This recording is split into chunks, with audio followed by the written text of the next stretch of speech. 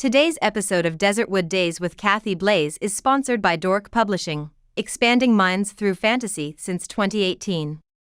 Learn more at the Dork Publishing website, www.dorcpublishing.com.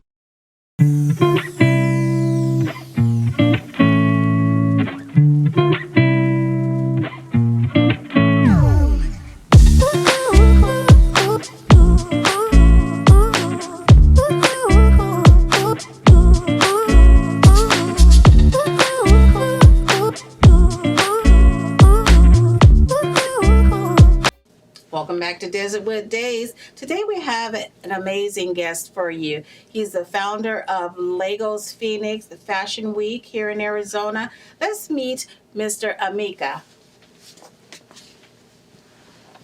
Hello there. How are you? Great. Thanks for joining us today. Thank you. Nice meeting you. Such a pleasure to have you. Thank you.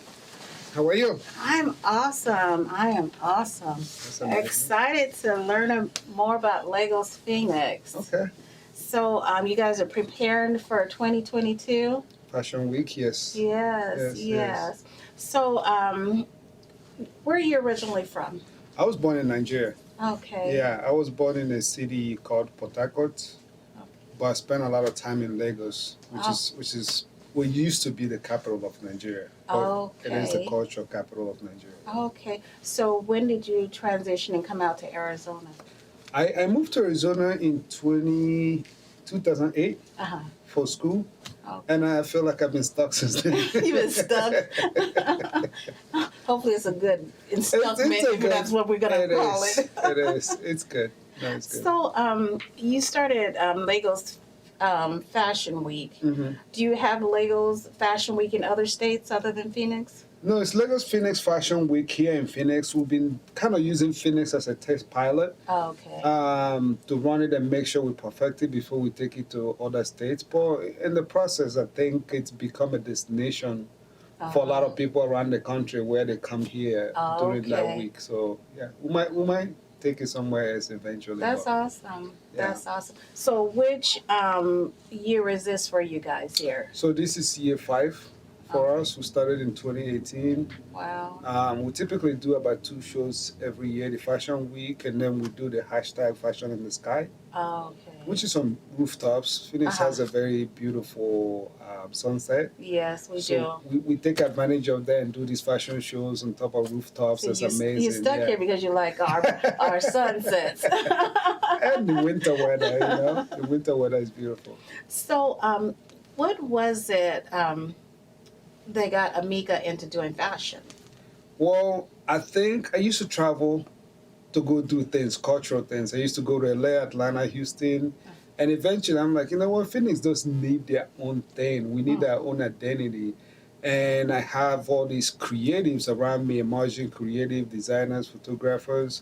So this project for me is a passion project that I'm using to support those people. Okay. So we have a lot of amazing local designers that we give this platform for free. We don't charge the designers to showcase. Okay.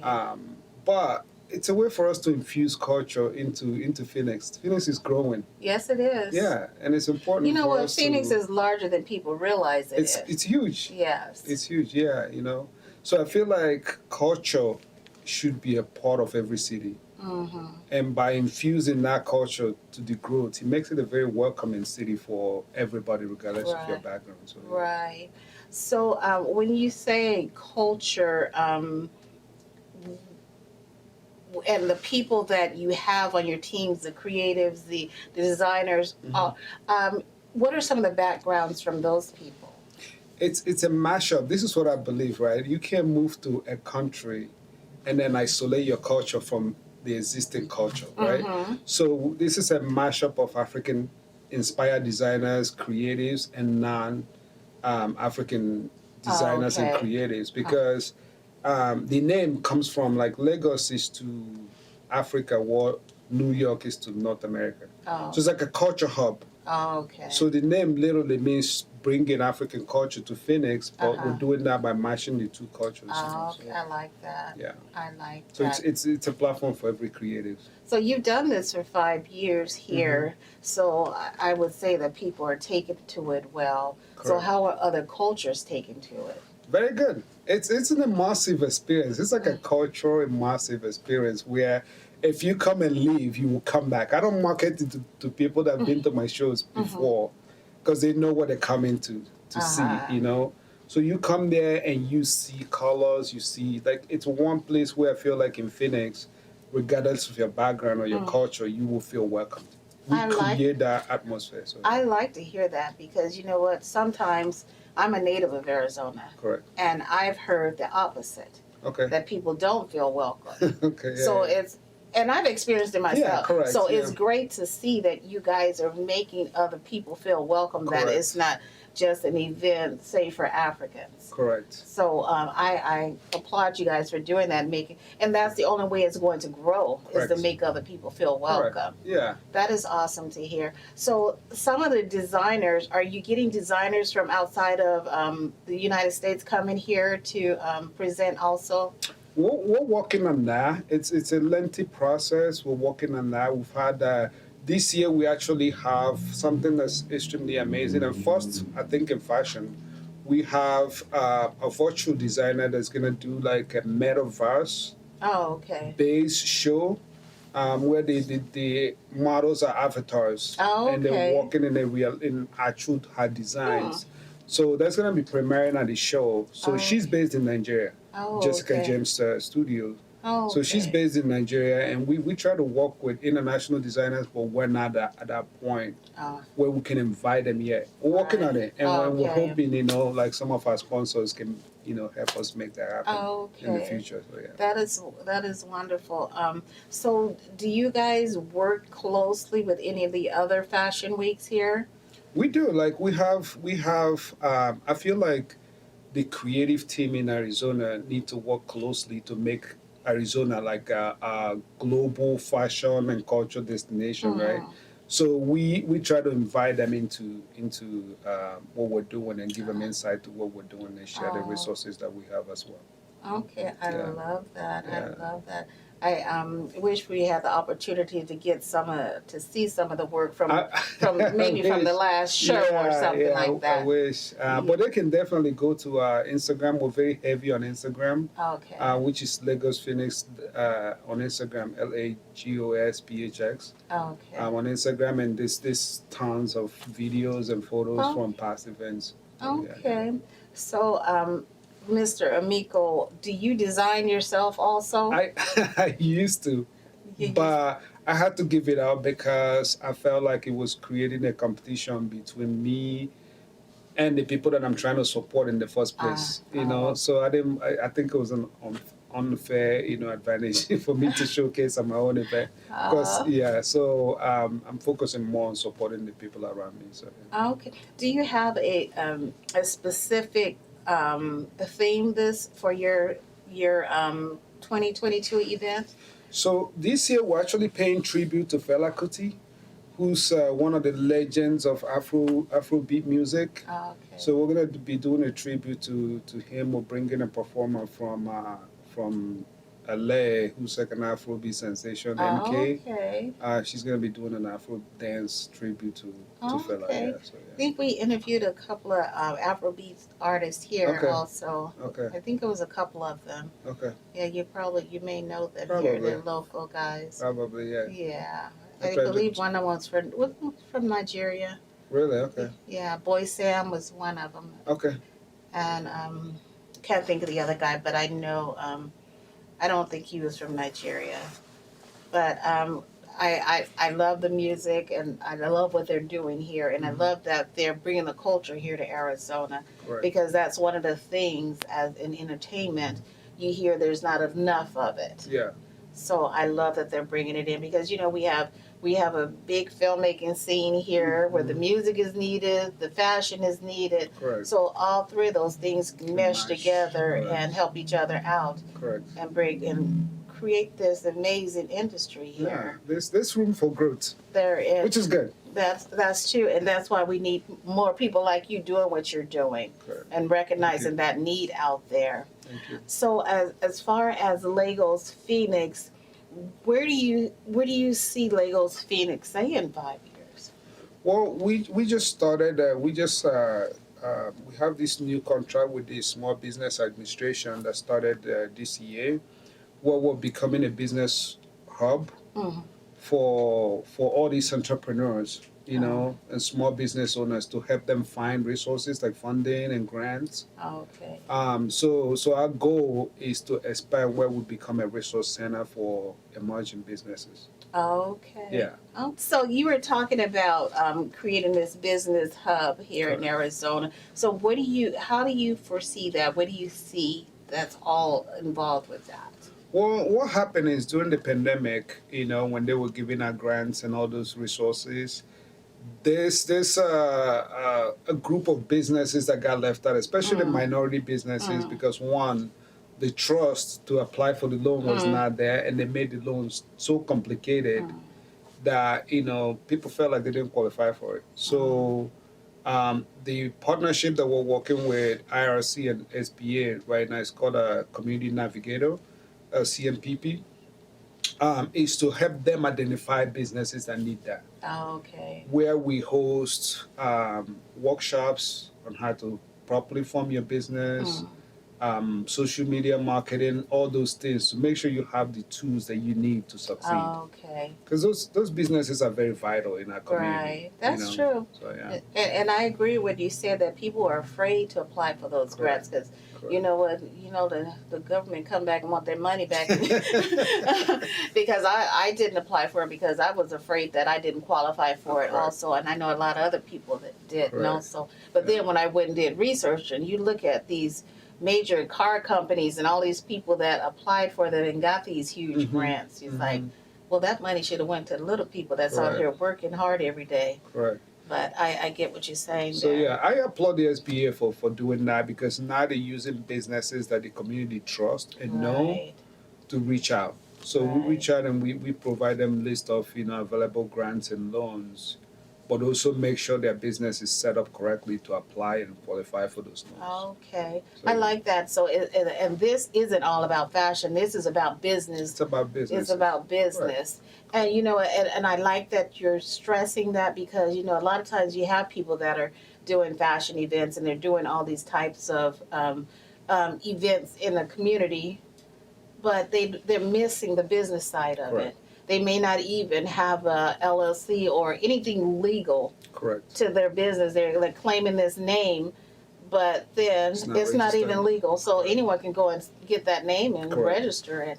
So I love what you're doing there because that's teaching a lot of these small businesses what they need to be done. To do it in proper way. Yes, yes. And doing the fashion events, what was it that brought you to the point of wanting to do that? To do the business side of it? To do the business side of it. Well, because we support these creatives. Most of them work from home because they don't have a home office, and their businesses are not properly, structured. So during pandemic, they couldn't apply for these loans, right?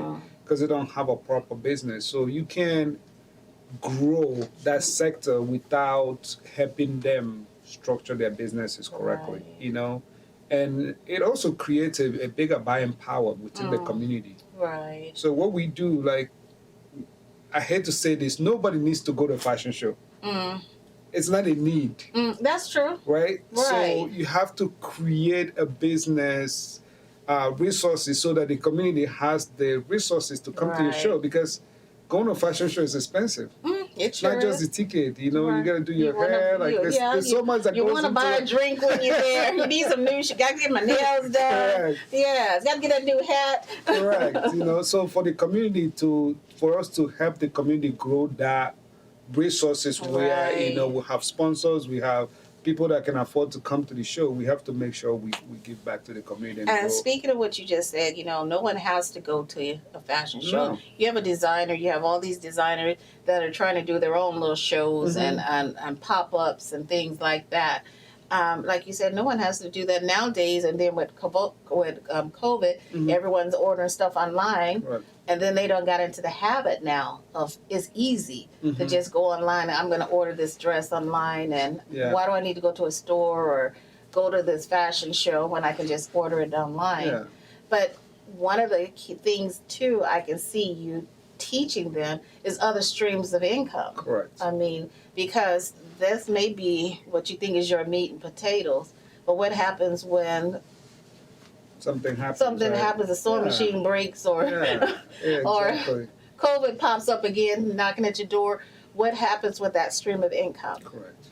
And I think the misconception is that you have to use your own money to start your small business, right? Or to support your small business. If you structure it right, there's a lot of funding out there that you can use to grow your business responsibly. And that's the thing is they're like, where do I go for that? Correct. Or is this a scam or is this legitimate? I mean, because there's lots of places or things out there saying, oh, we help small businesses. But then you got this 20-page thing to fill out and you don't trust giving your social security number and all this information. Correct. So that's the thing, having trustworthy mechanisms in place to help people like that. That would be awesome. Correct. So we're local, people know where we are. You know, they trust us because we've been around, and the links and all of that is embedded in our website, and then we have a coordinator that will reach out to them and help them with the form and explain that process. That way they don't feel alone and they don't feel like it lost in the process. It's somebody that's a local point of contact. Just makes it a little bit easier. And we don't charge for that. It's something, the service is completely free because again, this is a partnership that we developed with the SBA to help with that. So what for people out here that they know you from the fashion world. So to be able to separate you from the fashion world to this businessman over here. And like you said, it's all about trust with people. I mean, because there's so much going on. What is it that tells them that this businessman, he knows what he's doing, this is the place to go to separate you from, let's say, the Better Business, what is it, the BNB? Better Business Bureau. Yes. What is it that would make them want to go to your organization for assistance? Well, I'm a businessman before I'm a passion person, so I've been in the business world as an investor and all kinds of stuff for a while. So I invest in startups. I'm one of the early investors in Local Buzz, which is a local startup company, and also I'm a realtor. So I do a lot of things. So people do know me from the business side. Like the social side is just the fashion side. That's the way I give back to the community. Okay. Yeah. Well, we thank you for giving back to the community. No, it's needed. Because it's expensive out here. And as entertainers and as business people, I always felt like I had to give back in some way. So I applaud you for knowing that you should give back in some way, and your company does do that. So tell us, what is it that your fans and audience can expect from Lagos Phoenix this year? Oh, wow. So if you've been before, times your expectation by 10, if you haven't been before, come with an open mind because it's a cultural massive, weekend. It's a whole weekend. So Friday night is the 19th. It's a VIP party. So come mingle, come drink and network. Again, it's about putting people in the same room and having you meet somebody new that could help you with whatever it is that you need in the future or you can partner with. Saturday, we're going all out. The show starts at 6 p.m. We'll have like about 10 different DJs to make sure that you get your dance on. Wow. We have Afrobeat dancer. We have 5 different local artists that will be performing during the show. And we are this year. If you know me, I'm not a big fan of straight runways. Because I always feel like, well, you go to a show, you watch a runway, and you're like, okay, well, I go home now. So we try to make that interactive. That way people can actually see. These people the designers take time to design these things. So we want people to see that effort that they've put into it. So we deconstructed the runway this time around. We're doing like this, you just have to come and see it. so that See, he people didn't can want to tell me about the runway. so people can have a better VIP experience. Like that, where you live, you're like, I want that dress. You know, not just 2 seconds of you seeing the dress. Right. We have an after party that's following that at 2 a.m. Again, gives you the opportunity to interact with the creatives and everybody around.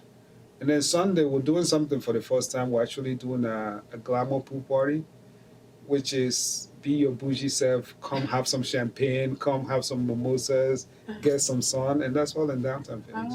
Okay, that is awesome. So where can our audience find you?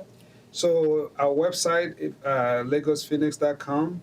On Instagram, Lagos Phoenix or Eventbrite. Okay. But on the flyer, there's a QR code, so you can definitely scan that, and it'll take you straight to the Eventbrite page. But yeah, get your ticket early and come have fun. Okay, and again, the event starts when? August? So August 19th is day 1, August 20th is day 2, and then August 21st is day 3. Okay. You also mentioned a second event that you do.